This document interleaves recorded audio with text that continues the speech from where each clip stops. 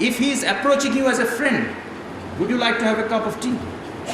Even before you think about the meaning of this, whether you have tea or not, you are engaging in conversation with him.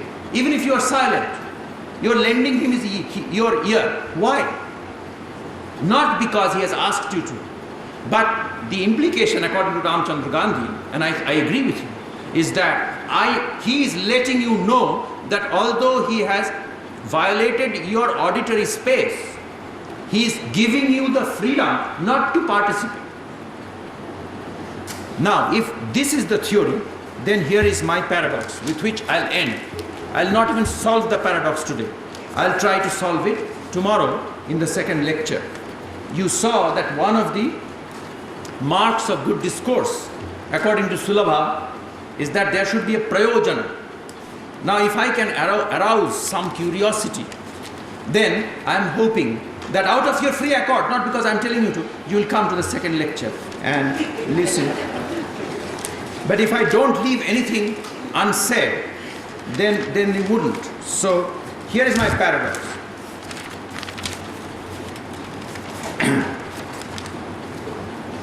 First premise of the argument: an ethical injunction is an instigating utterance. Mimamsa theory of imperatives. Ethical injunctions are instigating utterances. Second, to instigate, according to the Shabdi Bhavana, Arthi Bhavana interpretation of the two urges given in the imperative verb ending, is to cause someone to, if not do, at least will to do something. Virtuous speech should ideally consist in a relinquishing, giving up of causal power on the other. To cause the addressee to will something is to deny this freedom to the addressee. Hence it is not a proper telling.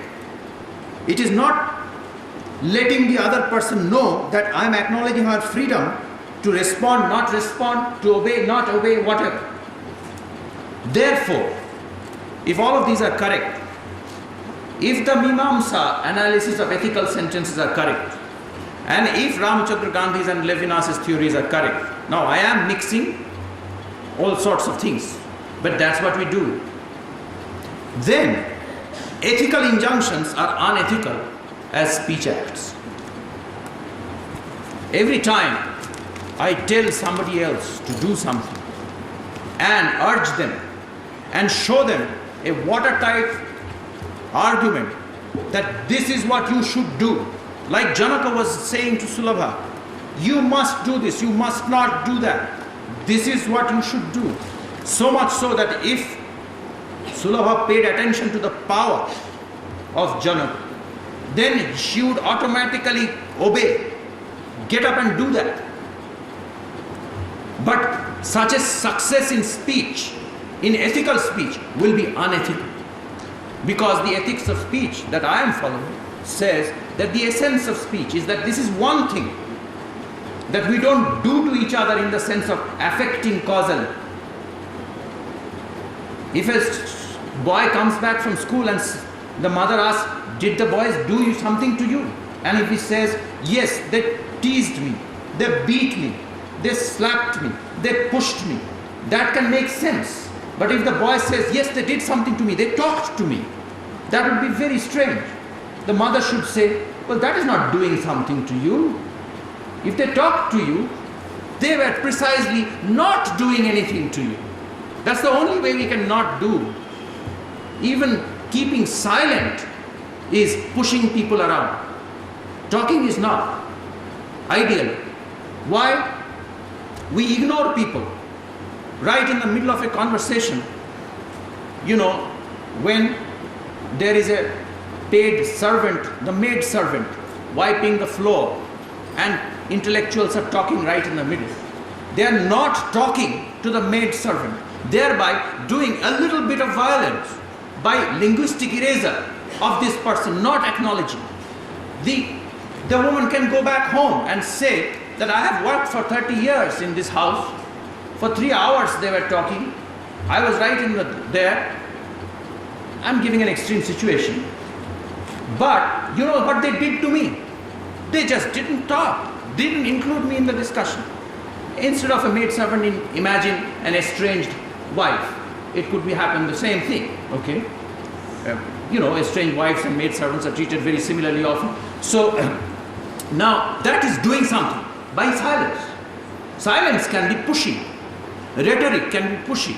But ideal, moral, proper speech should be non-pushy. And yet, according to Mimamsa theory of injunctions, all moral judgments, because they are moral, should be pushy. This is my paradox, and I'll try to solve it tomorrow, at the beginning of which in the beginning of the speech, I'll do this, trying to solve the paradox of all ethical speech being unethical, and then I'll go on to the norms of debate. I'm warning you that the norms of debate would be fairly boring, but the last day's lecture on speech and violence will have not sex and violence, but some violence at least. So you should be entertained. Thank you very much. Of ethics of speech, it is wonderful to hear Arindam Chakraborty speaking, and I'm sure many of you have been quite excited about interacting with him and raising many of these moral issues and paradoxes that he referred to while discussing with him. He's on campus, so you are free to interact with him and have a time, set up a time with him, and it's for your benefit that he has come here. In fact, the importance of his speech is to the discovery that he's making for us on our behalf of the pragmatics of speech, of the ethics of speech that existed all along in our rituals, in our texts, and yet we were unaware of it. We were only reading H.P. Grice and looking at the Gricean maxims of be relevant in manner and, you know, etc., etc., but not looking at what Sulabha has already said in so many words much, much long ago than H.P. Grice existed in our logical conversation. So I'm very happy that he's raised these issues and many of these interesting issues. Now may I invite Dr. Rajashri to give a vote of thanks.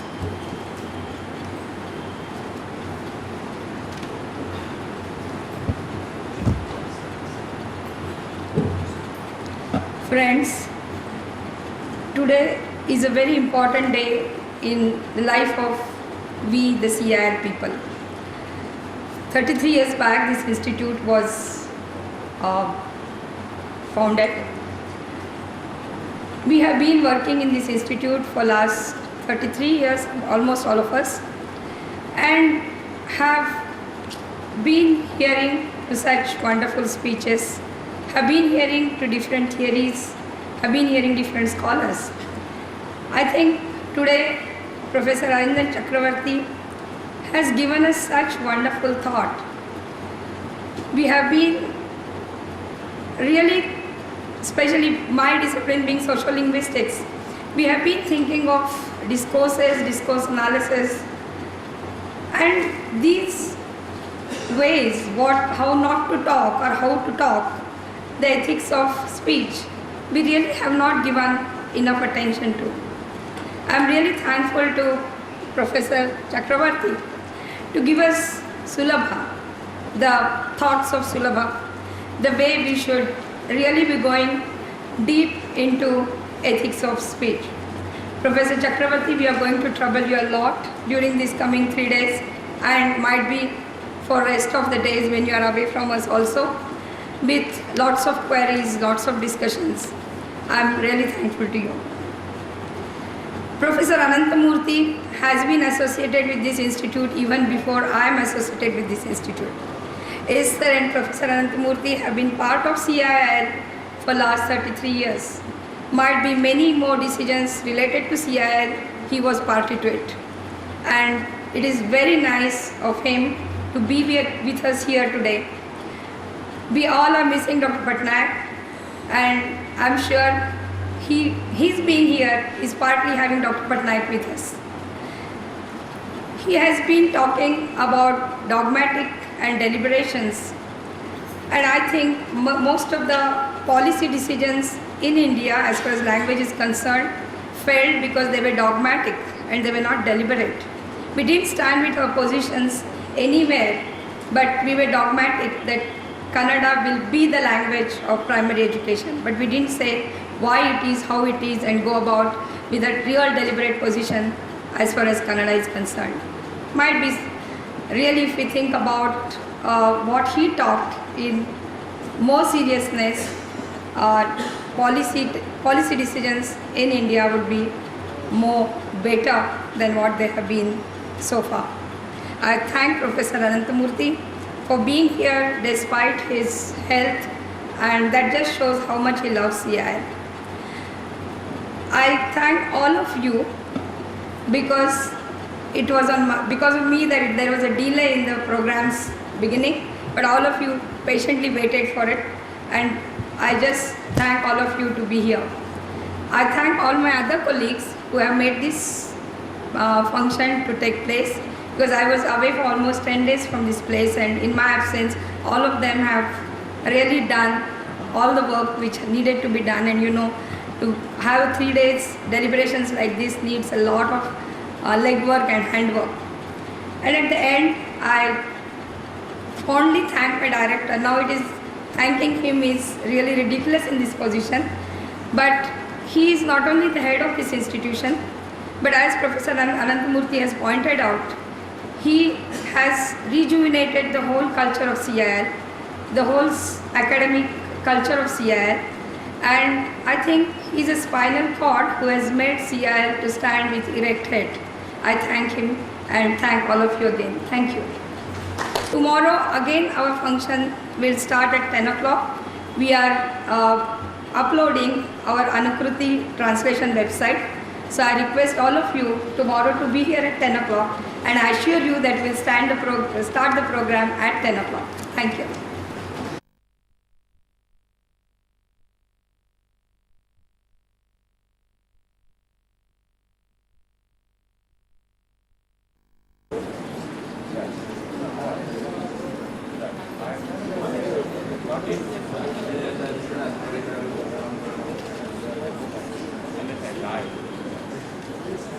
Not Jane. Yes. Yes. Function which we have smuggled in because we had the series of lectures by Arindam. We thought this should be also something which is a little different, also celebrating one of our new activities, and that is the activity in the area of translation. And the master of ceremony, of course, is Giridhar, who will give you the details of the website that these people are working on. But before we begin with an invocation. And I request Aditi to come.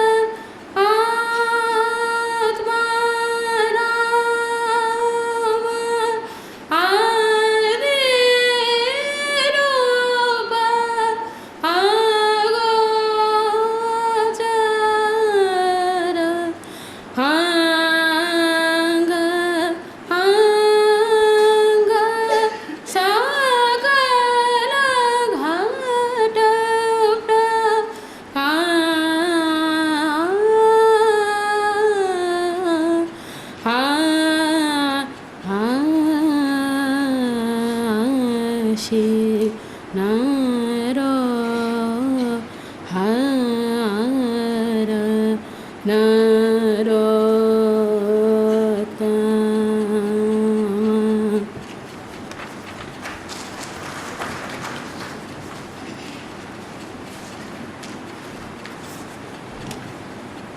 Let me welcome all the distinguished guests today.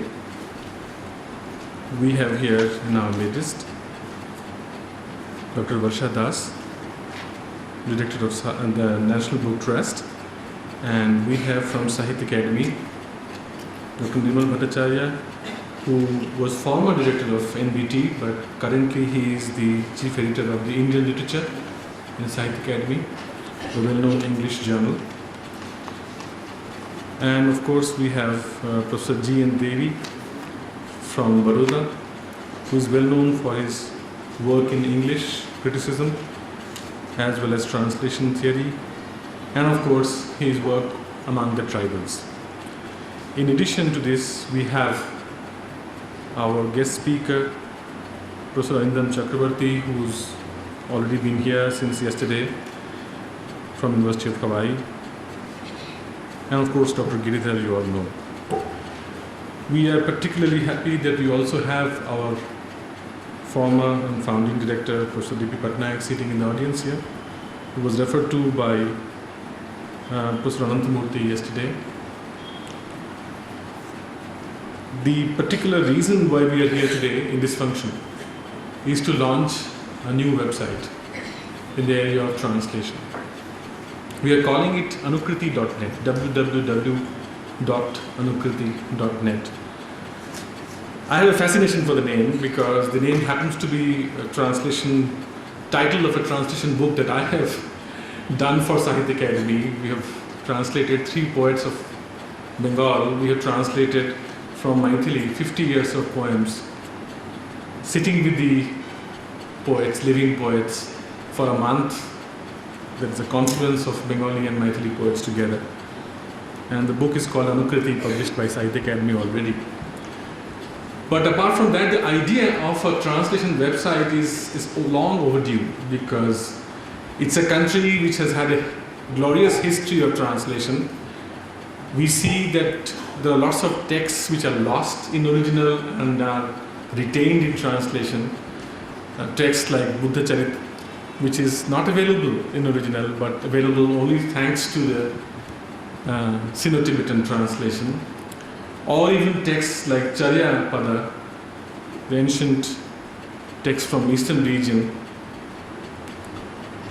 where we have also discovered that the missing links, that there were 4 or 5 songs which were not available in the version that was discovered in Nepal library by Pandit Hariprasad Shastri, was available later on in the Tibetan translation. And thanks to the discovery of the Tibetan translation, we could reconstruct the original.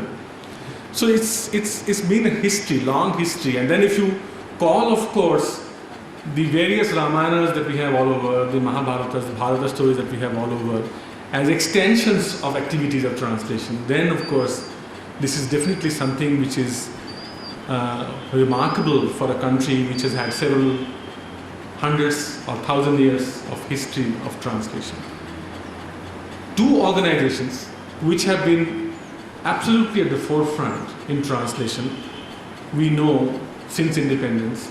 One is Sahitya Academy, another is National Book Trust.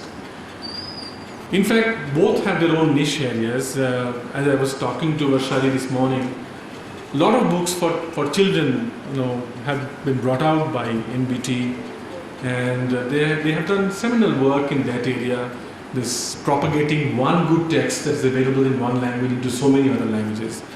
Similarly, Sahitya Academy has also brought out all award-winning books or major award-winning books into many languages, and some books which really propagate about the great writers in the makers of Indian literature series in almost all major Indian languages. In addition, the journals they bring out, the Indian literature is a house of translation activity.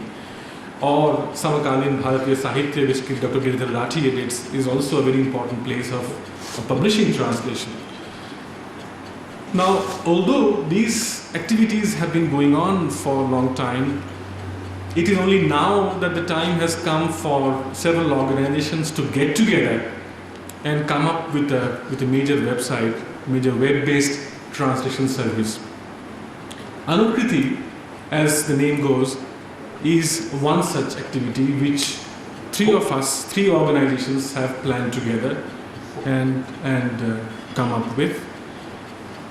What you see today, as Dr. Giridhar will describe various links and sublinks of Anukriti, is only the beginning. It's not really something which has already been accomplished, because the amount of translation which have actually been done by these agencies and organizations, and also the amount of translations that we have ourselves done while collecting data, folklore data and other data, they are yet to be housed, they are yet to be uploaded. But we thought that we'll make a beginning somewhere. And a good way of making this beginning will be with Professor Debi's work for about, I'm sure, 8 years or 10 years. I will not talk about it much because Debi is here to talk about it. He and his associates have done practically a thankless job of collecting huge amount of information, of translation that has been done into an Indian language and from an Indian language. I'm not talking about one Indian language, but so many Indian languages that these people have worked on. There is limitation of working in one corner of India, because we have information flowing from so many corners, so many parts of the country, and to manage that and put them in a kind of bibliographic form is a lot of important activity. What we have done is we have recast the entire bibliography which he had prepared into a web-based search engine, and that's also an engine which is being launched with it, which means that eventually we are hoping that there are gaps there are incomplete information there, and there's also, I'm sure, even in this hall, this sort of audience, a lot of people will come up and say, well, I have done this translation, which is not there. True, but so that this becomes more and more complete, we are launching this engine so that you can search what has been done by you. You can yourself supply more information. We have also kept space for people to add on information to this and enrich this search engine. But this is high time, because quite often what happens is, of the people who have been hitting up the websites that we have launched since last year, it's only a year ago that we have launched our new website, and about Mr. Maltesh is here, who's done this on behalf of Unicom.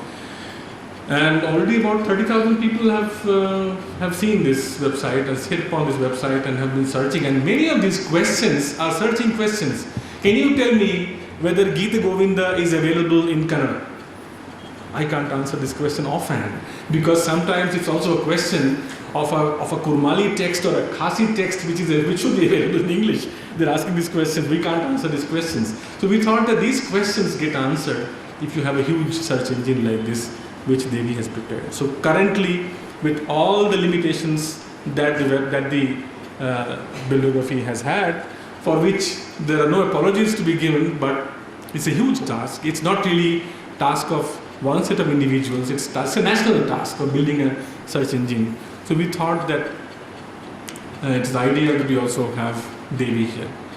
Now, as you know, the challenges of a web-based translation service are many.